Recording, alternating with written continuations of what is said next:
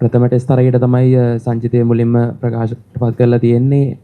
එකම කඩු රකින්න විදියට තමයි නිරෝෂන් දික්කල්ල සංජිතයට කැඳවලා තිබෙන්නේ සෑහෙන කාලයකට පස්සේ.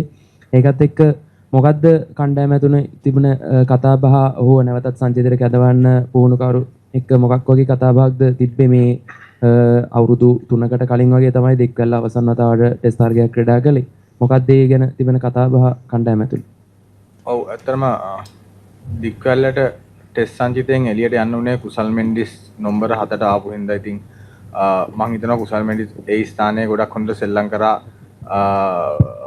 අන්තිම අවුරුදු කිහිපයේ. ඉතින් මම හිතනවා යාර එතනින් අවස්ථාවක් හම්බුනේ නැහැ කියලා අතුලට එන්න. ඉතින් ගාල්ලේ සෙල්ලම් කරද්දී අවශ්‍යම දේ තමයි හොඳම ග්ලව් වර්ක් එක තියෙන එක්කෙනා කීප් කරන එක. ඉතින් සිලෙක්ටර්ස් ලකයි කෝච් එකයි කතා කරලා ගත්ත ඩිසිෂන් එකක්. ඉතින් ඒගොල්ලොත් ඇග්‍රී වුණා. මොකද ඔව් අපිට අවස්ථාවක් දෙන්න තිබුණා තව කිහිප දෙනෙකුට. නමුත්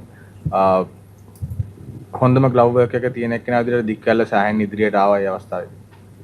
තමයි දන දික්වැල්ලගේ සිලෙක්ෂන් එක සම්බන්ධයෙන් ගොඩක් දෙනා ගොඩක් දේවල් කතා කරනවා. විශේෂයෙන්ම සෝෂල් මීඩියා වල බොහොම සැර කමෙන්ට්ස් යනවා. නමුත් ඔයාලට සෙල්ලම් කරන්න වෙනවා යාත් එක්ක.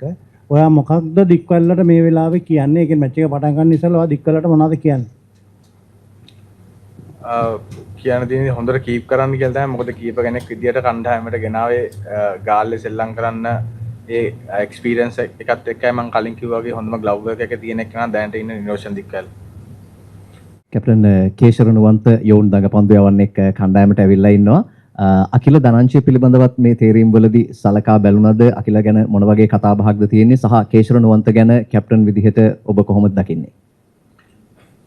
ඔව් අතරම මුලින්ම අකිල ගැන කතා කරොත් අවුරුදු දෙකකට කලින් LNSL එකේ ප්‍රයෝත ටූර්නමන්ට් වුණා.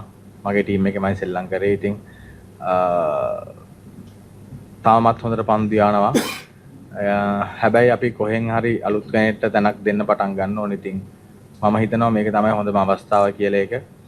අපිට යාව කේශරණවන්තව 11ට පික් කරගන්න පුළුවන් වුණොත් මම හිතනවා ක්‍රිකට් වල ඉස්සරහා අනාගතයට හොඳ ඉන්වෙස්ට්මන්ට් එකක් වෙයි කියලා. මොකද දැනට ඕස් ස්පිනර්ස් ලගෙන් මම හිතනවා කන්සිස්ටන්සි එකයි රෙප්ස් අතින් බැලුවත් කේශර සෑහෙන උඩින් ඉන්නවා අනිත් අයට වැඩිය කියලා. ඉතින් මම හිතනවා අපිට දඟපන්දු යන්නන්ට යෝග්‍ය 11ක් අපි සිලෙක්ට් කරගන්න පුළුවන් වුණොත් ඒක ලොකු ඉන්වෙස්ට්මන්ට් එකක් කියලා ඉස්සරහා ශ්‍රී ලංකා ක්‍රිකට් වලට.